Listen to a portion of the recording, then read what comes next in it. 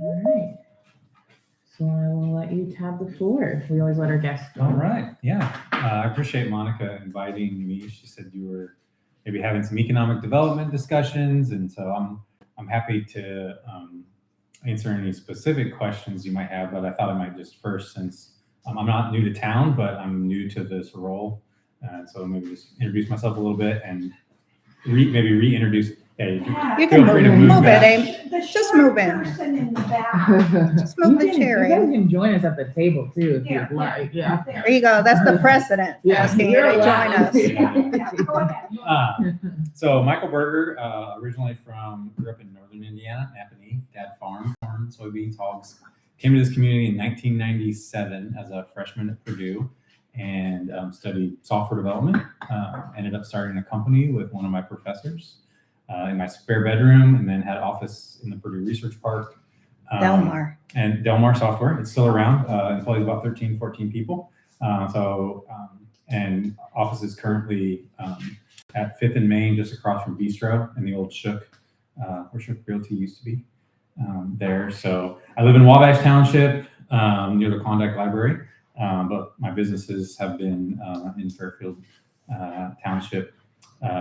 The software company just gave me, I didn't even realize at the time, but we were mostly software contractors for other businesses. And so I got to see like startup companies, research coming out of Purdue, but also got to do work for very traditional businesses, small, medium, and some larger ones in fields like agriculture, manufacturing, some nonprofit work. And what I found is I really saw how through my own business and through the businesses of my clients that business, not always, but often could be a force for good in a community through the products and services that they do. So my degrees are technical, but I kind of fell in love with businesses of all shapes and sizes. The Delmar software then led to starting a small, pulled some money with some investors, and we started to acquire small businesses from, I think, retiring owner-operators, but with no intention of ever selling them. If a good, profitable business, we could help it grow over time in the community. So we've, like here in town, we acquired Magic Glass from Mike and Kim DeWile, so fix broken windshields. We'll do, your minivan, your Honda Accord, but we really focus on fleets. So we like big vehicles, school buses, city bus, police cars, semi trucks. I say anytime somebody loses money when their vehicle isn't on the road, because they want it fixed fast and right. And Mike and Kim had owned that business for 25, 26 years. We were able to come in, promote a manager up, and help that continue on. And now we own 2 more locations in Danville, Illinois, and Champaign. So it kind of gives us continuous territory. So anyway, enough about me, but just mostly a startup / small, traditional small business guy with a little touch of technology is my thing. So last summer, a couple as GLC, so this intersects with GLC, Greater Lafayette Commerce. Last summer, late spring, early summer, Scott Walker had resigned from GLC in December a year ago, and the board was looking for a replacement. So they did a nationwide search. A couple of friends said I should throw my name in the hat because they were looking for somebody that understood this community and had business experience. And so they thought of me, and so I did. And so they did a nationwide search, and they found a guy that was a half a block away. So my previous office was in the First Source Bank building. There, like I said, I've been in this community. My businesses are here. This is definitely home now. My 2 kids, my son's a junior at Harrison, my daughter's an 8th grader at Klondike. My wife and I just celebrated our 25th wedding anniversary. Congratulations. So GLC, we are this community's, we are a nonprofit. I like to say we're government adjacent, but we are both a Chamber of Commerce and the lead economic development organization. And that's actually kind of rare. We're not the only community that does it this way, but it's not the norm. I think it's good. It's been helpful to me as a business owner because the chamber is really the way that a chamber in any community is the way that the business members. So most of what pays my salary, covers most of our expenses by far, is membership dues. So it's the business community sort of self-organizing to work better together. So we do networking events, we do expos and things like that. Rise and shine. Yeah, rise and shine. But we're also the way the business community, part of the reason why I'm here is we're the way the business, a chamber is the way the business community interacts and can help with local government, with other nonprofits, with the schools. That's why we do a lot of stuff K-12, because they are our future workforce. So how do we help the schools understand what the needs of the business community are? But also it's the way that, people that their current employees want good schools for their kids. So we want to make sure that the business community is being a help for that, even if we're not, even for things that we're not directly involved in. However, we don't want to do anything that would hinder or slow those things down, right? But there are, so we help the business community with, very business specific issues, specific tax abatements or things like that. In those things. Yeah. And I'm curious about the tax abatement element.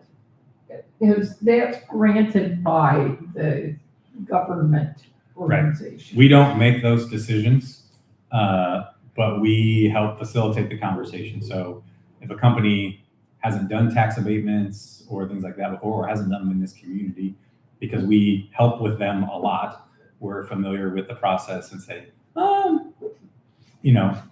if you frame it like this, or if your wages are at this level, then, you're more likely to be, we kind of advise the company side. And then we also advise on the government side, particularly with the county and both cities. So we maintain agreements with all three entities to assist in those, but technically the decisions aren't ours on those. And then we're also kind of the liaison up to the state for the Indiana Economic Development Corporation and any sort of state incentives or abatements and things.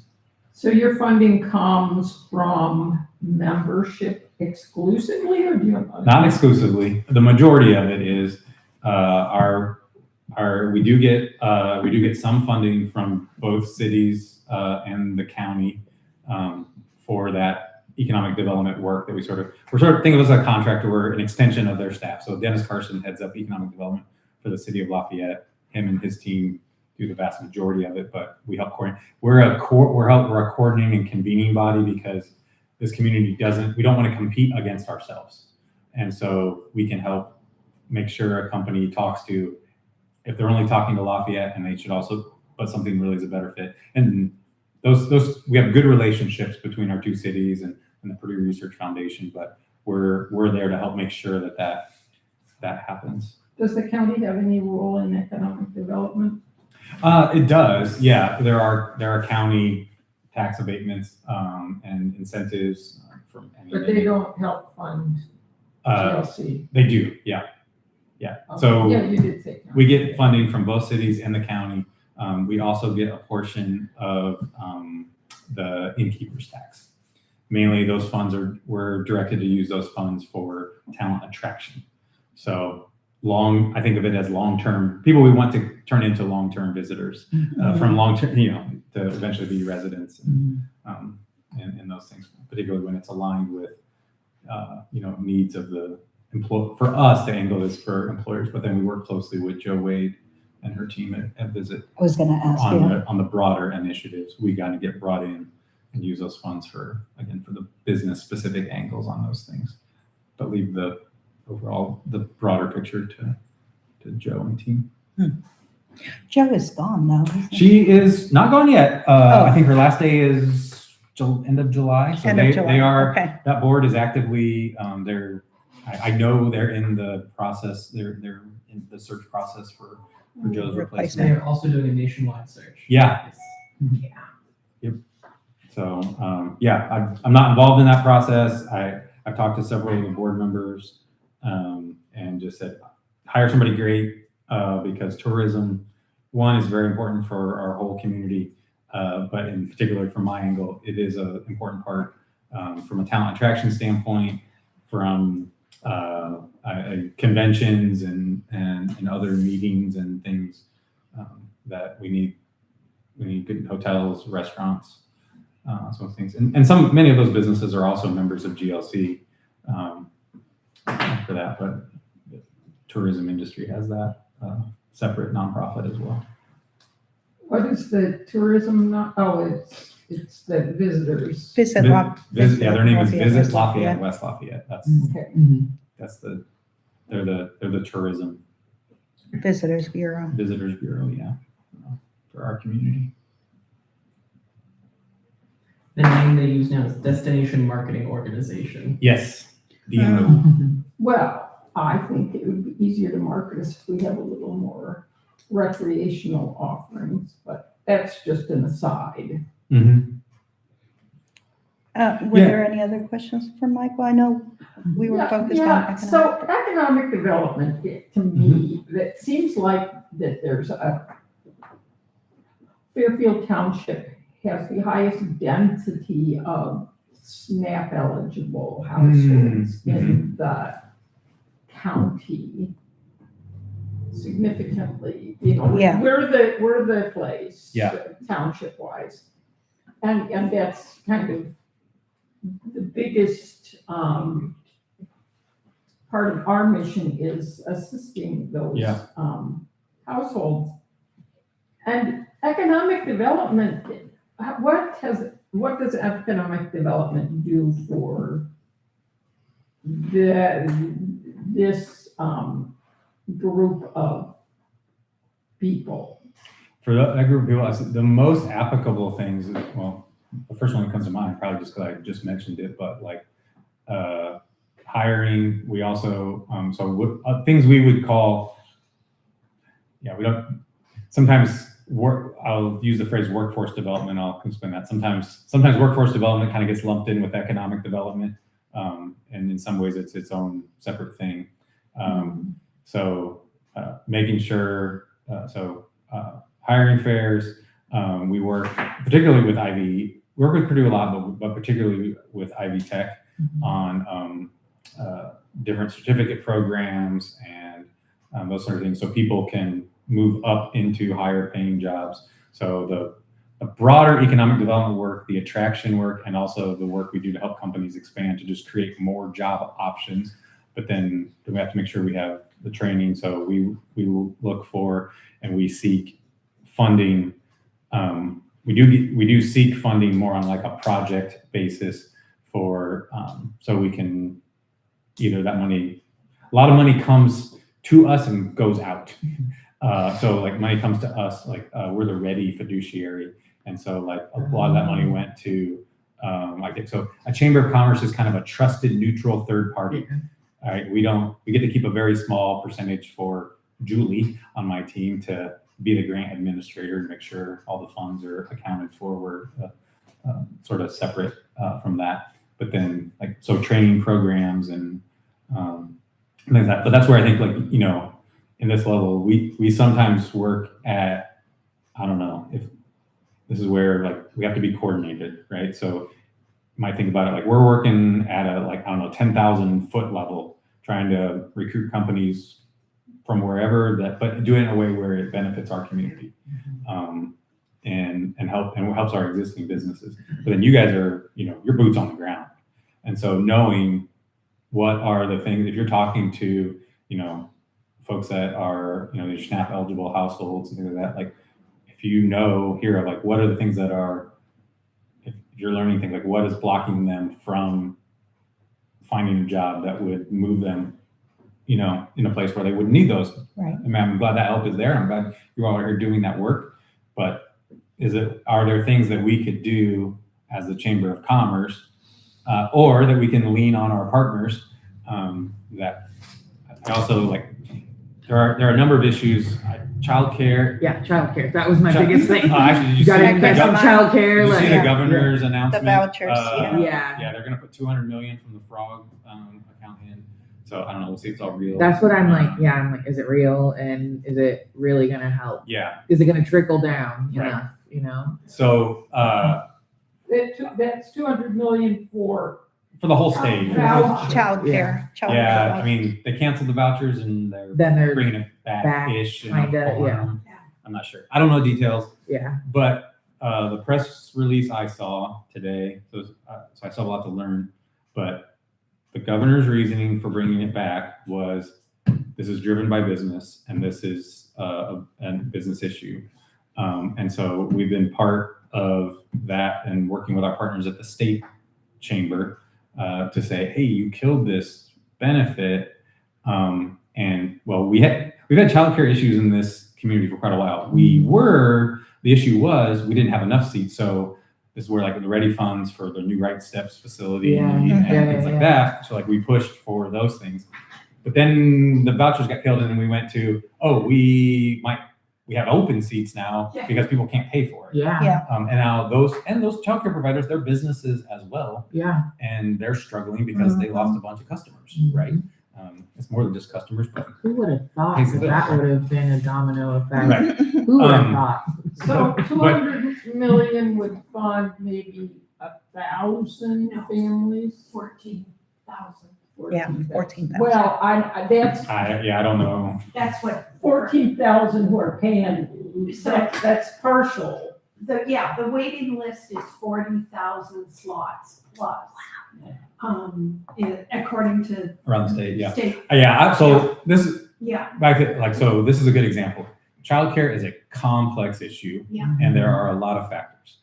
As a resident, as a citizen, I care about all of them. As the president of GLC, I have found it is best if I speak to the specific aspect of the issue. So there are healthcare aspects, there's education aspects, and we have great partners, and I meet with them to understand, but I let them speak on those things.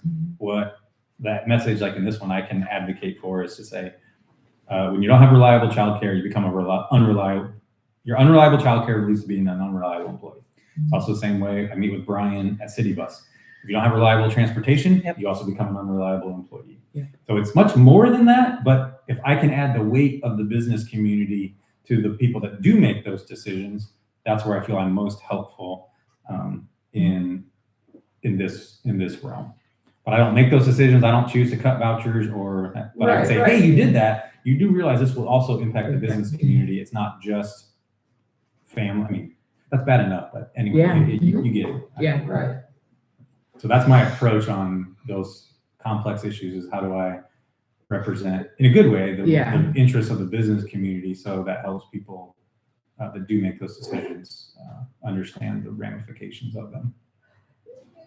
And that there are other elements, I think, of economic development that maybe don't get as much attention. And so when I see the community and the economic vitality of the community, I also see where there's money coming in, but then there's money that just goes out.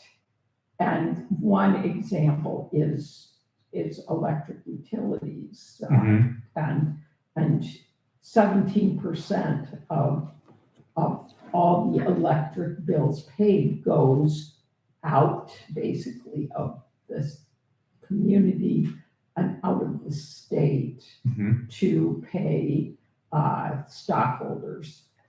So when there's such a drain, I know it's just one thing, Yeah. but that's something that's very much my interest, and so I see that drain right there. But I know there are others like that. Sure. And so when we think of economic development, I think we need to say, how can we keep more money in the community? And I know you Sure. do a lot to promote local businesses, Yeah. because that for sure compounds kind of the keeping money in the community.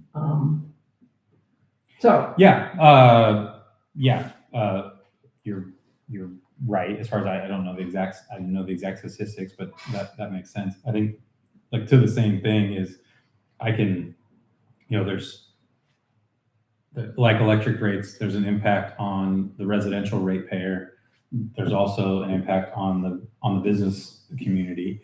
And so They pay lower rates though. Yeah. But well, but, nonetheless, yeah. and helping understand, like if we want the most efficient utility system that we have, and we need to understand, like, so like in June, we host an event called Quarterly, very creatively named Quarterly Development Series. So 4 times a year, we meet to talk about economic development and growth. We get 300-ish plus people to come out.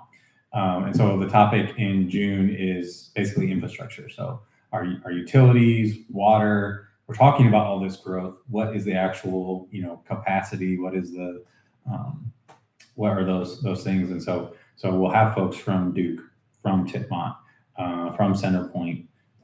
We'll have some folks talking about water, and those things. Center Point there because of that, Gas. gas. Okay. Yep. So that's a large role of a Chamber of Commerce.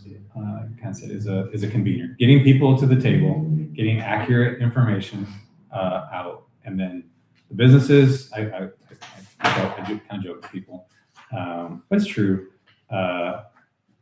My members are all voluntary.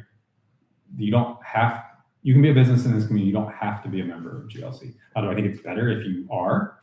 Yeah, my businesses. I made that choice. My businesses work.